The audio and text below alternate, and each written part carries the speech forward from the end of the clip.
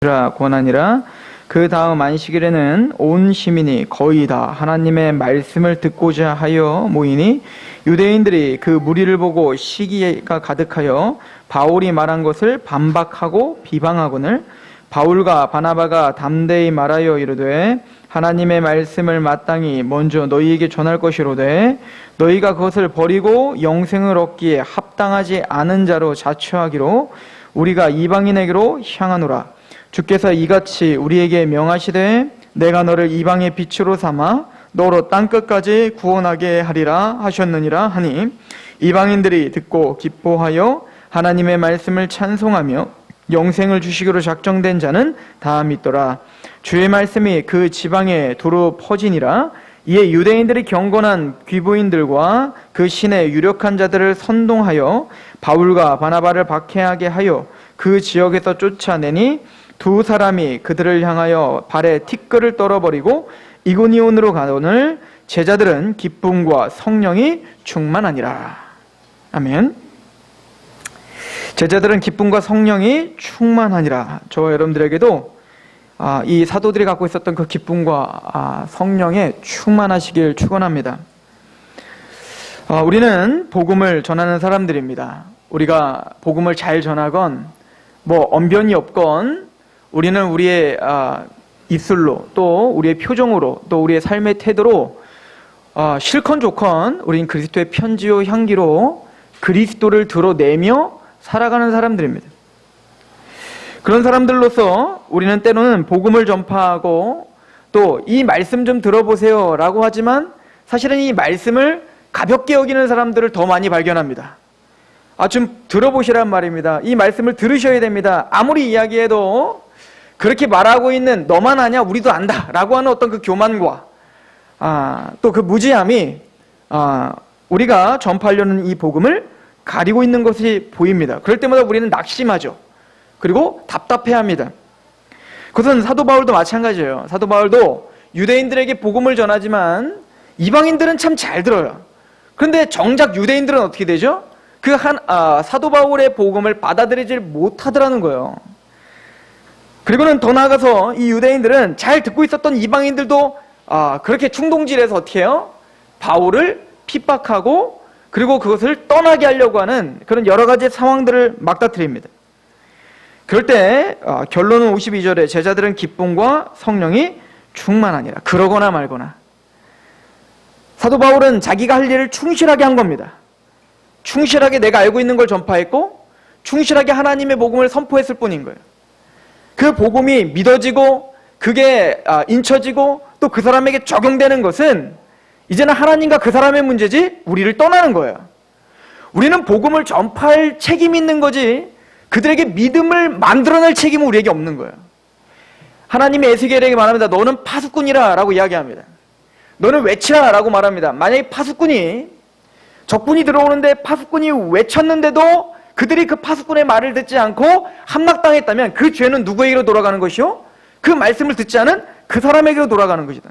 그러나 파수꾼으로서 마땅히 네가 그걸 외치지 않고 그들은 무지하여 그것을 만약에 함락당했다면 그 죄는 너에게 돌아가는 것이다. 그게 파수꾼의 임무인 거죠.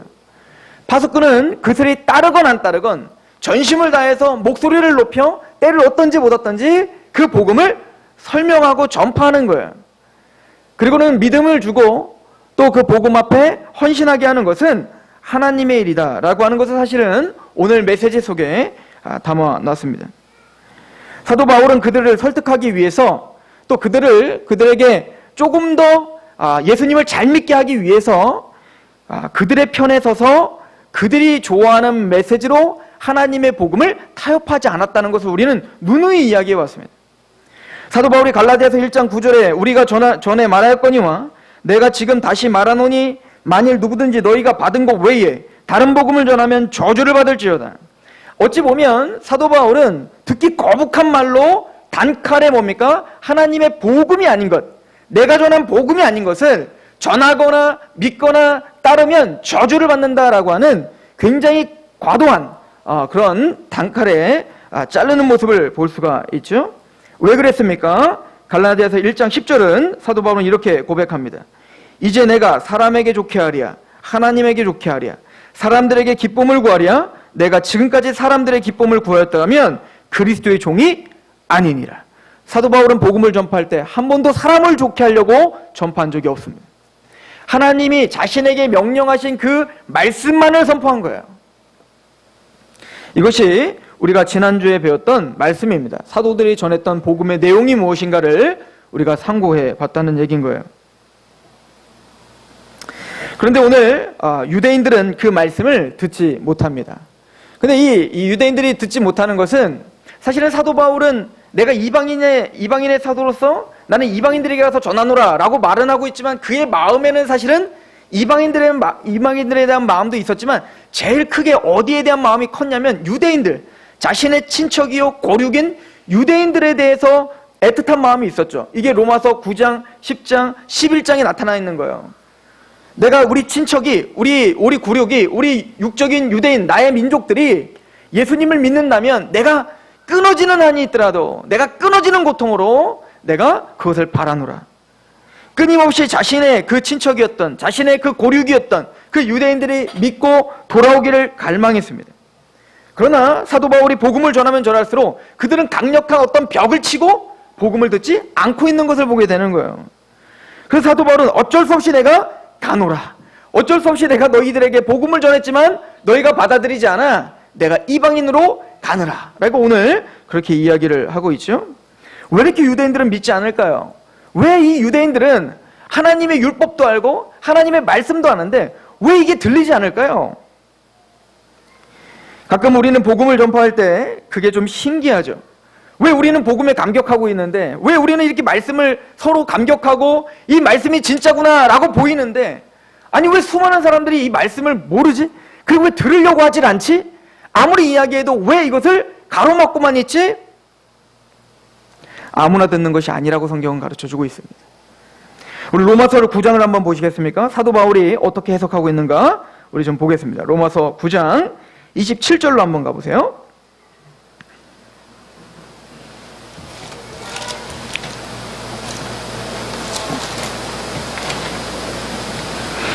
(27절에서 29절까지) 같이 한번 읽어보겠습니다.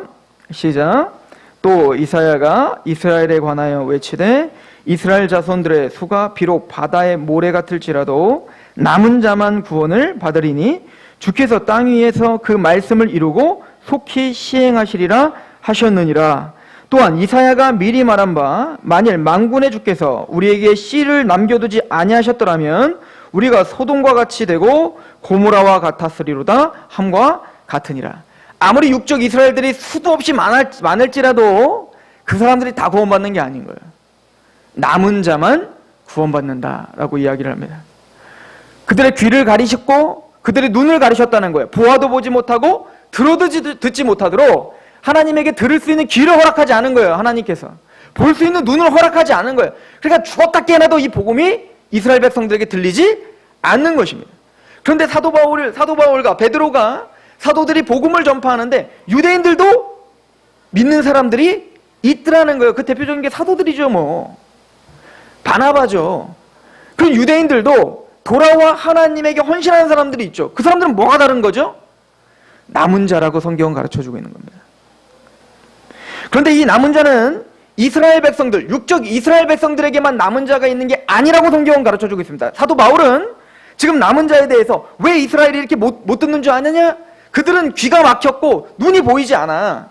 소경이야.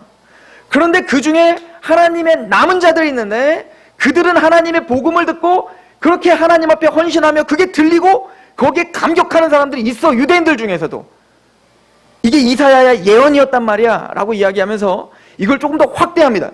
그런데 그 남은 자는 이스라엘에게만 있는 게 아니라 이방인들 중에서도 뭡니까? 오늘날도 그런 남은 자가 있다라고 이야기하는 거예요. 우리 로마서 11장 가보세요.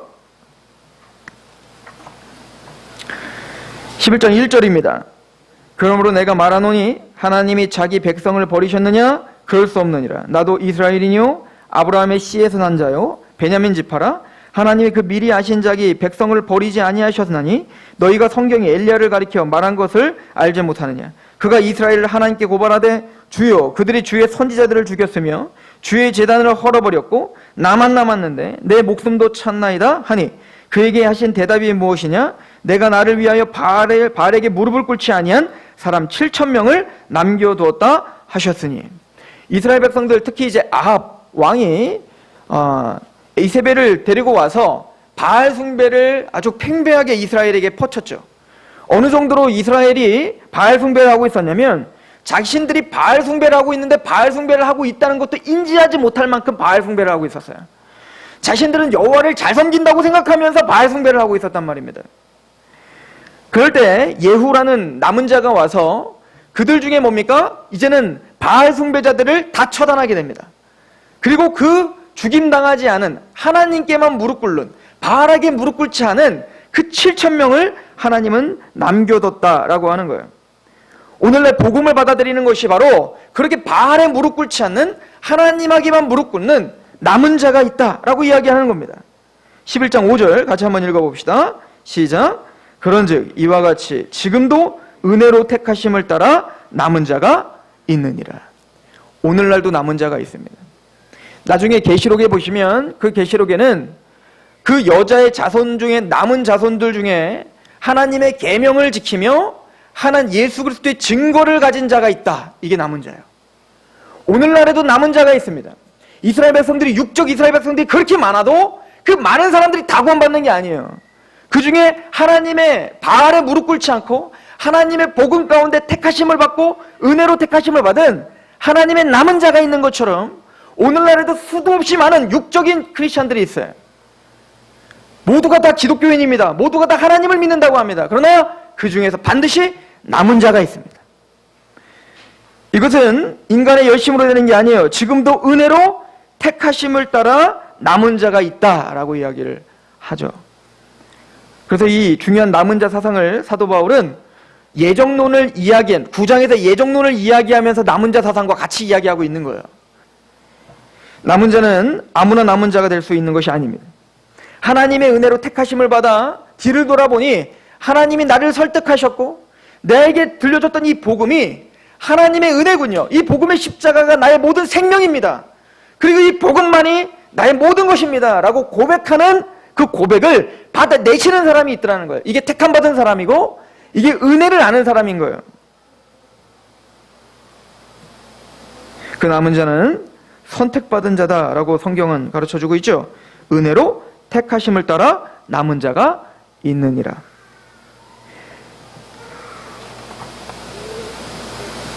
우리는 그 택하심을 어떻게 압니까? 데살로니가 전서 1장 4절은 우리가 잘 아는 대로 이렇게 말씀하고 있어요. 사도 바울이 이렇게 설명합니다. 하나님의 사랑하심을 받은 형제들아 너희의 택하심을 아노라. 너희는 택하심을 받았다. 지금 뭐죠? 은혜로 택하심을 받은 남은 자다 라고 이야기하는 거죠. 이는 우리 복음이 너에게 말로만 이른 것이 아니라 또한 능력과 성령과 큰 확신으로 된 것이니라. 우리가 너희 가운데 너희를 위하여 어떤 사람이 된 것은 너희가 아는 바와 같으니라. 그 복음이 말로만 임하는 게 아니라 그 복음이 내 마음에 인쳐지고 성령님이 오시고 능력이 임하여 큰 확신이 생겼어요.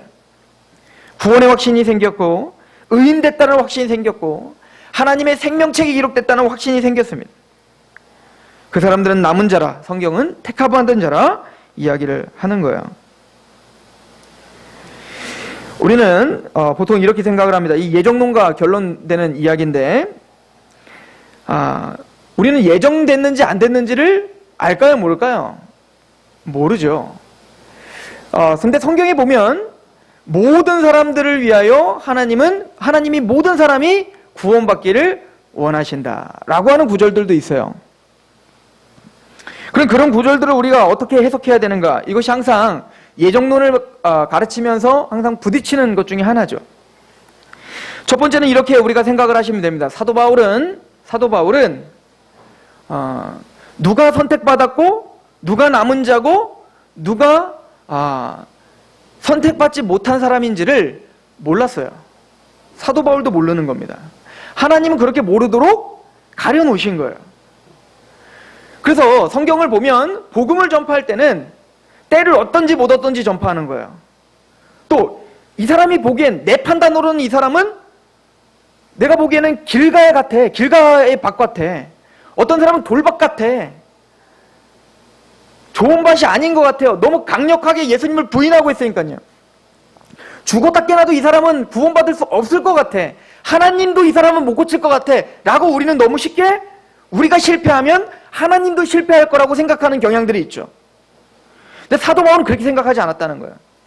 사도 바울은 누가 택함을 받았는지 몰라요. 그래서 어떻게 했냐면 자신이 만나는 사람들은 누구나 다 선택받은 자라 생각하며 선포했던 겁니다. 왜죠? 당연한 거예요. 성경에는 이렇게 이야기합니다. 우리 데살로니가 후서 2장을 한번 보세요. 데살로니가 후서 2장.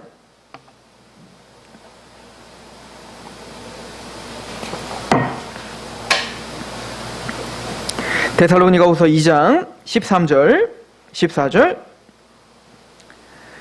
주께서 사랑하시는 형제들아, 우리가 항상 너희에 관하여 마땅히 하나님께 감사할 것은 하나님이 처음부터 너희를 택하사 성령의 거룩하게 하심과 진리를 믿음으로 구원을 받게 하려 하심이니. 그러죠? 내가 너희들이 남은 자라는 걸 안다. 하나님이 너희를 태초부터 선택했다는 걸 안다. 왜?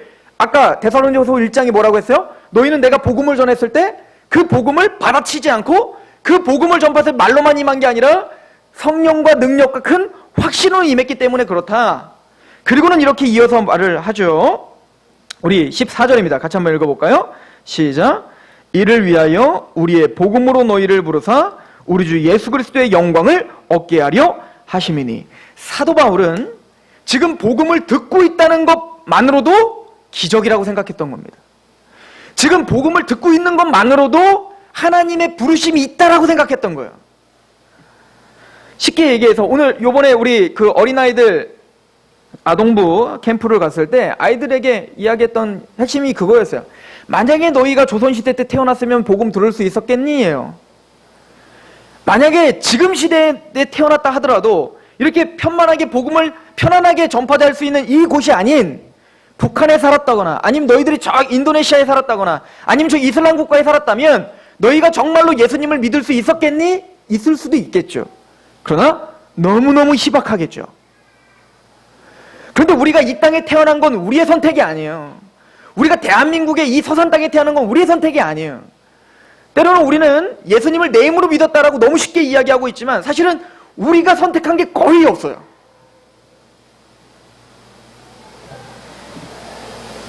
성경은 이렇게 말하는 겁니다. 사도 바울은 이런 마음이 있었던 겁니다.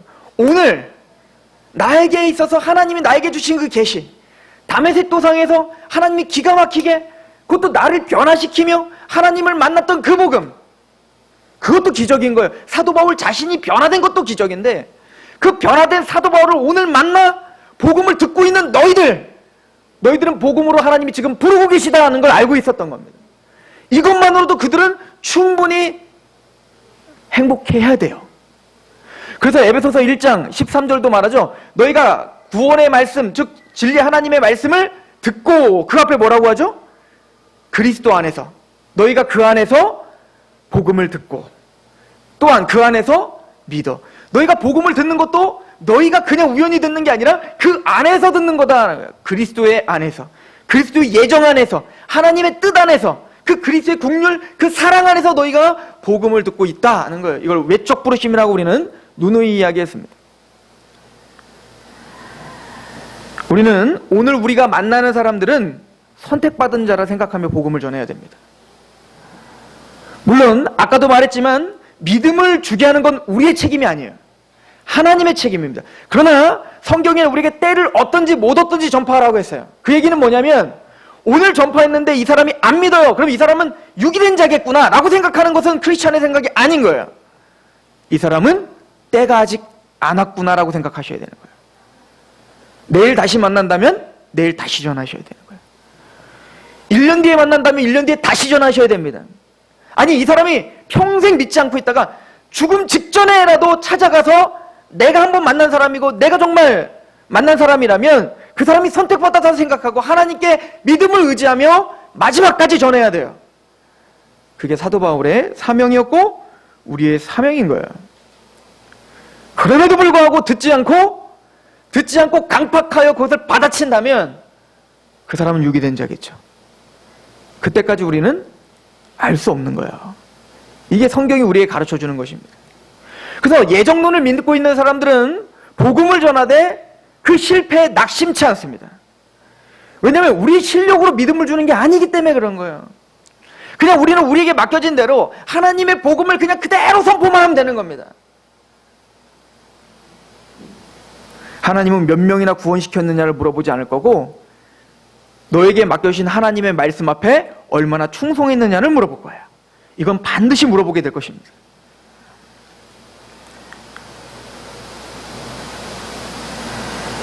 요한복음 10장 14절부터 16절은 예수님께서 나는 선한 목자라고 이야기하시며 이렇게 말합니다. 요한복음 10장 14절에 나는 선한 목자라. 나는 내 양을 알고 양도 나를 아는 것 같이, 양도 나를 아는 것이 아버지께서 나를 아시고 내가 아버지를 아는 것과 같으니 나는 양을 위하여 목숨을 버리노라. 또 이 우리에 들지 아니한 다른 양들이 내게 있어 내가 인도하여야 할 터이니 그들도 내 음성을 듣고 한 무리가 되어 한 목자에게 있으리라. 지금 예수님은 선한 목자신데, 그래서 예수님의 복음을 선포할 때 예수님의 양이라면 어떻게 한다는 거예요? 반응이 온다는 거예요. 선택받은 자라면 반응이 온다니까요. 그 우리에게도 마찬가지예요. 우리가 복음을 전하면 그 사람이 진짜 예수님의 사람이고 하나님의 선택받은 사람이라면 그 말씀에 반응이 오게 돼 있습니다. 우리에 들지 아니한 다른 양들이 내게 있다. 이 얘기는 뭐죠? 그 양은 원래 우리 안에 있어야 할 양들이에요. 왜? 하나님의 양들이었으니까요. 하나님이 선택한 양들이었으니까요. 그런데 그 선택한 양들이 지금 어디 있는 거예요? 하나님의 품 안에 없고 저 바깥에 있단 말입니다. 그래서 예수님은 잃어버린 양을 찾으러 오신 거예요. 그리고 우리에게 그 잃어버린 양을 찾아와라 라고 사명을 주신 겁니다.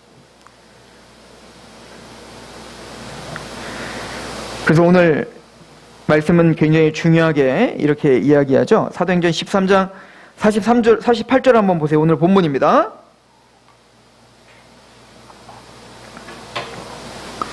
같이 한번 읽어볼까요? 시작.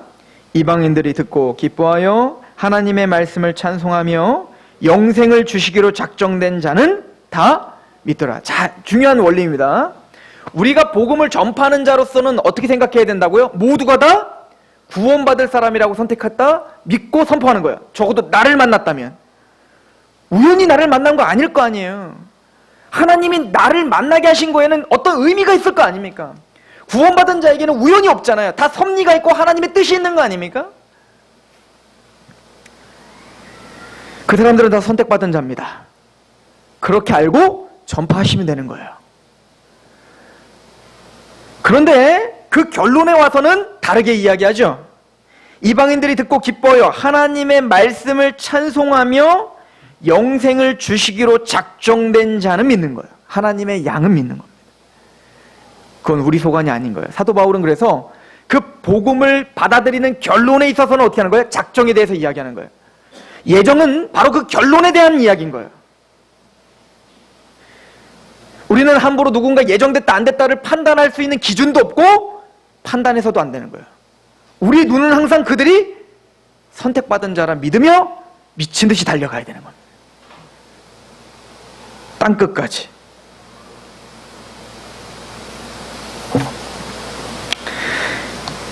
영생을 주시기로 작정된 자는 다 믿습니다. 이거는 굉장히 위대한 말씀이에요. 우리 장로교 교리에 불가항력적 은혜라고 하는 교리가 있는데 그것만큼 위대한 교리는 없는 거예요. 죄인인 우리가 발버둥을 치고 하나님을 거부하고 하나님의 뜻을 어기고 또 넘어뜨리고 하나님을 배반할지라도 하나님은 하나님의 선택한 자를, 하나님이 약속한 그 발을, 하나님의 양을 하나도 잃어버리지 않고 반드시 그를 무릎을 꿇게 하고 하나님께 돌아오게 하겠다라고 하는 열심과 열정의 표현이 불가항력적 은혜인 거예요. 이거는 우리 인간이 거부할 수 있는 은혜가 아닌 거예요. 성경에도 그렇게 나와 있죠. 요한복음 17장 6절입니다. 세상 중에서 내게 주신 사람들에게 내가 아버지의 이름을 나타내었나이다. 그들은 아버지의 것이었는데 내게 주셨으며 그들은 아버지의 말씀을 지켰습니다. 여러분들 잘 보세요. 세상 중에서 내게 주신 사람에게, 그들은 뭡니까? 예정된 사람입니다. 선택받은 사람이에요. 내가 아버지의 이름을 나타내었는데 그들은 원래 누구 거였어요? 아버지의 것이었습니다. 원래 아버지 우리 안에 있었던 양들이에요. 아버지의 소유였단 말입니다. 창세전에 그리스도 안에서 이미 선택한 자가 있는 거예요. 그 수많은 세상 중에 하나님은 그 선택한 자를 다 알아보고 계세요. 그리고는 그 선택한 자를 누구에게 넘겼어요? 아들아, 네가 구해갖고 와라! 라고 지금 명령을 내리셨다고요. 누구에게? 예수님에게. 그 주님은 어떻게 한 거예요? 그 명령을 자발적으로 자신의 목숨을 내어놓으며 희생하며 그의 열심으로 어떻게 하는 거예요? 아버지가 당신에게 맡겨놓으신 그 한 마리의 양도 잃어버리지 않으려고 십자가에 죽기까지 복종하신 거죠. 7절, 지금 그들은 아버지께서 내게 주신 것이 다 아버지로부터 온 것인 줄 압니다. 그리고는 요한복음 6장을 한번 보세요. 요한복음 6장 38절. 이렇게 한번 연결해서 봅시다. 같이 한번 읽어봅시다. 38절 시작. 내가 하늘에서 내려온 것은 내 뜻을 행하려 함이 아니요 나를 보내신 이의 뜻을 행하려. 예수님은 이 땅에 내려오신 이유는 오직 하나님의 뜻만 이루어지게 하는 거예요. 그래서 십자가에서 못 박혀 죽으시면서 다 이루었다. 하나님의 모든 율례, 하나님의 모든 뜻, 하나님의 모든 목적이 자신의 십자가를 통해 모두가 다 완성됐고 성취됐고 끝났다라고 이야기하는 거예요. 뭐가요? 39절 시작. 나를 보내신 이의 뜻은 내게 주신 자 중에 내가 하나도 잃어버리지 아니하고 마지막 날에 다시 살리는 이것이야. 한 사람도 잃어버리지 않습니다. 하나님이 선택한 자를 예수님에게 하나님의 것, 하나님의 소유를 예수님에게 넘겼어요. 그리고 그 예수님은 이 일을 위해서 이 땅에 오셨는데 한 마리의 양도, 하나님의 소유 나에게 맡겨준 그 한 영혼도 잃어버리지 않습니다. 그 수가 14만 4천인 거예요. 흰물이. 하나님은 모든 민족을 다 구원시키기를 원했는데 구원받은 사람은 모든 민족의 몇 퍼센트나 구원받았을까요? 실질적으로 0.1? 그건 너무 적나? 0.2로 합시다. 그럼 하나님은 실패자인 거예요. 100사람을 만들어 놓고 내가 100사람 다 구원시켜야지. 아들아, 100사람을 위해서 너는 십자가에 죽어라. 그리고 너는 한 마리도 양을 잃어버리지 말고 너는 반드시 다 데려와야 돼. 그랬더니 예수님이 정작 몇 사람 데려온 거예요? 자신의 목숨을 바치며 피를 흘려가며 마침내 하나님께 데려왔는데 한 사람 데려올까 말까였다. 말도 안 되는 겁니다. 신실하신 하나님, 전능하신 하나님, 전지하신 하나님과는 너무 배치되는 이야기인 거예요. 그래서 알미니안을 이단이라고 하는 거예요. 하나님은 하나님의 선택된 자를 반드시 찾아오십니다.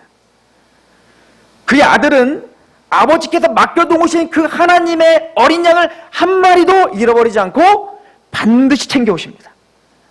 우리는 그걸 믿고 전파하는 것입니다. 그리고 기도하는 거예요. 이 사람이 택한 자이길 원합니다. 그 사람의 마음을 열어주십시오. 나는 전파하지만 그에게 믿음을 주시는 건 주님이십니다. 하나님의 선택받은 자라 난 믿고 그에게 전파하니 제발 그의 문을 여시고 그의 마음을 열어주십시오. 우리는 그래서 기도할 수밖에 없는 거예요.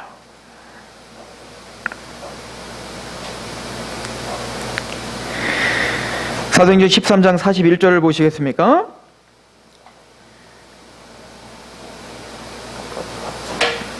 이렇게 이야기를 하죠.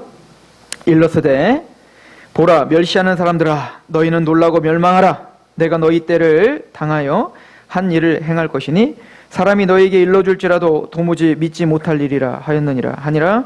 바울과 바나바가 담대히 말하여 이르되 하나님의 말씀을 마땅히 먼저 너희에게 전할 것이로되 너희가 그것을 버리고 영생을 얻기에 합당하지 않은 자로 자처하기로 우리가 이방인에게로 향하노라.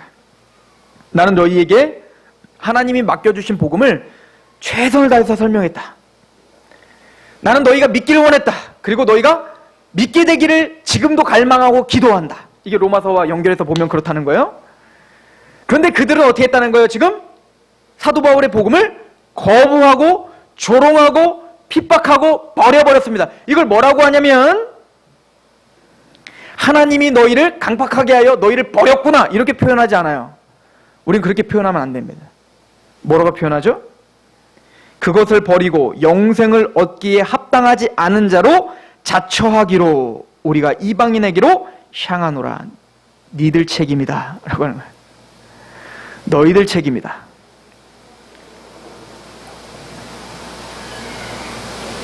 하나님은 믿지 않는 사람들의 마음을 조장하시지, 믿지 않는 사람들의 마음에 강팍한 마음을 주시려고 하는 마음이 없습니다. 단 그 믿지 않는 사람들에게 은혜를 주시지 않을 뿐입니다. 그럼 우리는 만약에 하나님의 은혜가 우리에게도 없었다면 우리도 어땠을까요? 영생을 얻기에 합당치 않은 자로 자처했을 것입니다. 우리도. 그럼 우리가 다른 점은 뭐죠? 하나님의 은혜의 손길이 왔다는 것뿐이에요. 이거를 우리 장로교 교리는 반복적으로 잘 알죠? 허용적 작정이라고 표현해요. 허용적 작정. 야고보서 1장 13절은 사람이 시험을 받을 때 내가 하나님께 시험을 받는다 하지 말지니 하나님은 악에서 시험을 받지도 아니하시고 친히 아무도 시험하지 아니하시느니라. 오직 각 사람이 시험을 받은 것은 자기 욕심에 끌려 미혹됨이니 욕심이 잉태한 즉 죄를 낳고 죄가 장성한 즉 사망을 낳느니라. 내 사랑하는 형제들아 속지 말라. 온갖 좋은 은사와 온전한 선물이 다 위로부터 빛들의 아버지께로부터 내려오나니 그는 변함도 없으시고 휘전하는 그림자도 없으시니라. 그가 그 피조물 중에 우리로 한 첫 열매가 되게 하시려고 자기의 뜻을 따라 진리의 말씀으로 우리를 낳으셨느니라. 하나님은 선한 일만 하신다는 거예요. 만약에 너희가 시험을 당하고 너희가 뭔가 강팍해지고 하나님을 떠나고 있다면 그건 하나님이 만든 게 아니라 너희의 욕심이 죄를 낳고 그 죄가 사망을 낳는 거야. 무슨 얘기냐면 우리 모든 인간들은 막 하나님이 잡고 계시다가 하나님이 손을 딱 놔버리면 다 어떻게 될까요? 탁 튕겨져 나가갖고 어디 가는 거예요? 모두가 지옥불에 떨어지게 돼 있어요. 우리는 다. 아담 이후로. 아니 아담도 거룩했던 아담도 천사 같은 아담도 선악과를 따먹었는데 전적 부패한 우리는 뭡니까? 놓자마자 0.1초 만에 어디로 떨어지는 자들이에요? 지옥불로 당장 달려갈 사람들이라고요. 그나마 하나님이 국가라는 걸 만들어 주시고 또 질서라는 걸 만들어 주시고 이걸 일반 은혜라고 하는데 법이라는 걸 만들어 주셔서 그나마 사람처럼 사는 거예요. 우리가 다. 만약에 우리가 국가가 없고 법이 없으면 어떻게 될까요? 짐승들이 양육 강식처럼 사는 것처럼 우리도 서로 벌벌 떨면서 힘이 강한 자한테 언제 죽임을 당할지 몰라 숨어 지내고 도망 다녀야 되는 신세예요. 우리는. 그리고 서로 죽여서 어떻게 멸절시킬 수밖에 없는 거예요. 그런데 우리에겐 윤리라는 걸 만들어주시고 도덕이라는 걸 만들어주시고 법이라는 걸 만들어주시고 국가라는 걸 만들어주신 것도 하나님이 지금 어떻게 하고 계시는 거예요? 인내함으로 지금 섭리함으로 은혜로 우리에게 부어주신 결과물들이에요. 이거 일반 은총이에요. 믿는 자나 믿지 않는 자나. 그러나 구원을 받는 특별 은혜는 모두에게 주어지는 게 아니에요. 남은 자에게만 주어지는 것입니다. 그러므로 믿지 않는 사람들은 하나님이 뭔가 강팍한 심령을 준 게 아니라 원래 아담이 타락한 이후로 원래 강팍해. 원래 강팍해서 그냥 내비두면 어떻게 될까요? 그냥 그렇게 되는 거예요. 믿지 않는 것은 하나님의 책임이 아니라 인간의 죄의 책임인 겁니다. 사도 바울은 오늘 또 중요한 말씀을 하고 있는데요. 오늘 본문 다시 한번 가보실래요? 13장 51절입니다. 50절부터 볼까요? 이에 유대인들이 경건한 귀부인들과 그 신의 유력자들을 선동하여 바울과 바나바를 박해하게 하여 그 지역에서 쫓아내니 두 사람이 그들을 향하여 발에 티끌을 떨어버리고 이고니온으로 가거늘 제자들은 기쁨과 성령이 충만하니라. 박해해라. 받아들이지 마라. 나는 다른 데로 전하러 간다. 그리고 어떻게 해요? 먼지를 떨어버리고 갑니다. 이건 예수님이 명령한 그대로 행하고 있는 거죠. 이게 마태복음 10장에 있잖아요. 제자들을 파송하면서 뭐라고 했어요? 너희는 전대나 어떤 옷이나 여러 가지 두벌 옷이나 지팡이를 돈을 갖고 가지 말라는 거 아닙니까? 하나님만 의지하며 예수님만 의지하며 가라는 거 아닙니까? 그리고는 뭐라고 하냐면 합당한 자를 찾아라고요. 어떤 자를 찾아? 합당한 자를 찾아 복을 빌라라고 해요. 즉 복음을 들을 만한 사람들을 찾아 복을 빌라 하는 거야. 만약에 그 복을 받아들이면 그 복이 누구에게 갈 것이요? 그 집에 갈 것이요? 만약에 그 복을 받아들이지 않으면 그 복은 누구에게 오리라? 너희에게 갈 것이다. 만약에 그 복을 받아들이지 않으면 어떻게 하라? 먼지를 떨어버리고 나와라. 무슨 얘기죠? 담대하라, 당당하라, 비굴해하지 마라. 그 사람들이 받아들이지 않는 것은 너의 잘못이 아니다는 거예요. 그 사람들이 받아들이지 않는다고 해서 그 사람들의 비율을 맞추려고 하지 말라는 거예요. 그럼 왕의 신하로서 하는 게 아닙니다.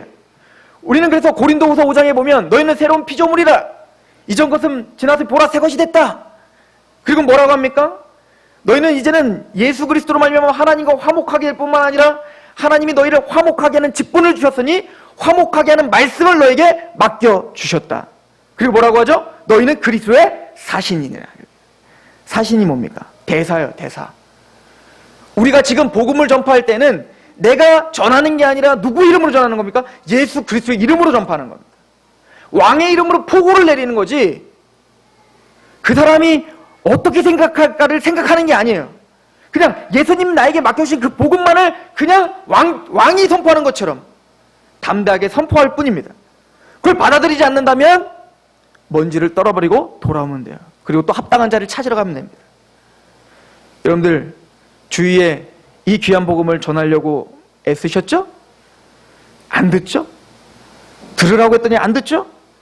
나중에 뭔가 자신이 힘든 상황이 오고 그때서야 또 듣죠? 또 그런데도 안 듣는 사람들도 있죠? 괜찮아요. 여러분들은 충분히 하셨습니다. 하나님 맡겨주신 그대로 우리는 그렇게 내게 맡겨진 그 사람들에게 어찌하든 은혜를 이야기하고 하나님의 복음을 말하면 그만입니다.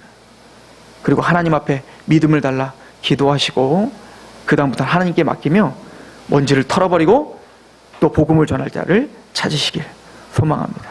그 복음 앞에 담대한 교회와 성도와 제가 되길 소망합니다. 기도하겠습니다.